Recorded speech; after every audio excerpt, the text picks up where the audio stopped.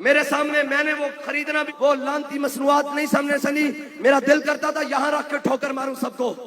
جس طرح شراب کو حرام سمجھتے ہو اس کو حرام سمجھنا ہے اپنے اوپر۔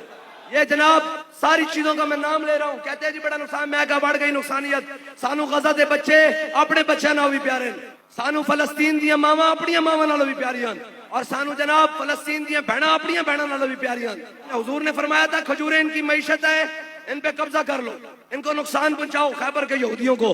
حضور نے فرمایا آج ہم اس فرمان کے اوپر عمل کرتے ہوئے ان کی جناب پہلی ضرب ان کو دے رہے ہیں۔ لڑنا آپ نے کسی سے نہیں ہے، لیکن پاؤں بھی پڑنا پڑے نا کسی کا، اس کے ہاتھ میں اس کے منہ میں ایک گھونٹ چلا بھی کیا ہو، اسے کہا یار کولی کر واپس اس کو رکھ دے، اس نے لے لیا، اسے کہا واپس پھینک دے، بس ہم پر حرام ہے۔ اب اس وقت تک حرام ہے یہ ساری چیزیں جب تک کوئی صلاح الدین ایوبی کی کسی حضور صلاح الدین ایوبی کے غلام کی قیادت میں ہم بیت المقدس میں جمعہ نہیں پڑھتے۔ یہ جذباتی فیصلہ نہیں کرنا، ایمان سے پوچھ کر کرنا ہے۔ میں تمام چھوٹے بڑے گلی دے کھوکے تو لے کر بڑے بڑے سپر مال امتیاز والے اور بڑے بڑے امتیاز والے اور جو بڑے بڑے نام ہیں، یہ ہائپر والے اور جناب یہ سٹی والے اور بڑے بڑے مارٹوں سے کہتا ہوں یہ ہاتھ جوڑ کر امت کے ساتھ کھڑے ہو جاؤ، امت کے ساتھ کھڑے ہو جاؤ۔ یہ نہ ہو کہ ہمارے پیسوں سے فلسطینیوں پر بم برستے رہے، ہم ان کی مدد کو نہیں ابھی پہنچ سک رہے، اور قیامت والے دن پوچھ لیا جائے یہ تو نے جو بوتل پی ہے اس سے اتنے پیسوں سے وہ فلسطین کے بچے کا بھیجا نکلا ہے، جواب دے۔ اگر بکری کا بچہ پیاسا نہر فرات پر مر جائے فاروق اعظم سے پوچھا جائے گا، غلطی بھی نہیں ہے، ویسے مر جائے پیاس سے،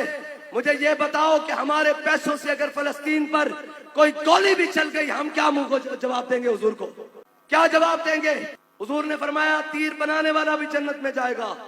تیر پکڑانے والا بھی جنت میں جائے گا، تیر چلانے والا بھی جنت میں جائے گا، یہ سارے جنت میں جائیں گے۔ اب مجھے بتاؤ کہ ہمارے پیسوں سے جو گولی بنی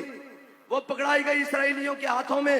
ان فوجیوں نے چلائی فلسطین کے مسلمانوں پر اور اس سے جناب فوارے دار خون نکلا، یہ سارا ذمہ تو ہمارے اوپر آ جائے گا۔ لہذا میں دستبختہ گزارش کرتا ہوں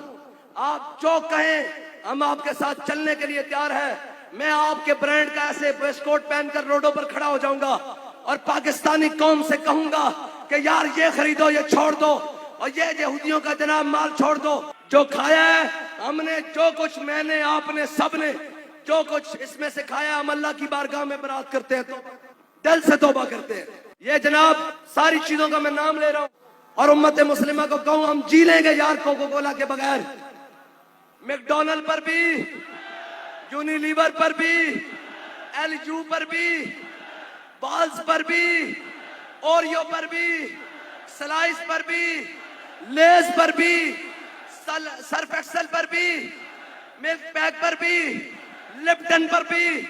کے ایف سی پر بھی، ہیڈ اینڈ شولڈر پر بھی، نیٹو پر بھی، کولگیٹ پر بھی، سیریلیک پر بھی، اور جناب جیلٹ پر بھی، ایکوافینا پر بھی، ٹین پر بھی، پیپسی پر بھی، ڈالڈا پر بھی، کرکرے پر بھی، رفاہن پر بھی، پیزا میکس پر بھی، اور جناب لیمن میکس پر بھی۔ آج ہماری مائیں، بہنیں، بیٹیاں، ساری قوم کی آج اپنے کچن سے، گھروں سے اٹھا کر باہر نکال دیں گی۔ پکی بات ہے، پکی بات ہے، آج کے بعد ہمارے پیسوں سے فلسطین پر ظلم نہیں ہوگا۔ اور جناب یہ پمفلٹ ہے، سب نے لینا ہے اور اس کی کرانی ہے کاپیاں، اور پورا ہفتہ اس کا بائیکاٹ بنانا ہے۔ یہ پہلی ضرب لگنی چاہیے۔ میں کہتا ہوں یہ تو دور کی بات ہے،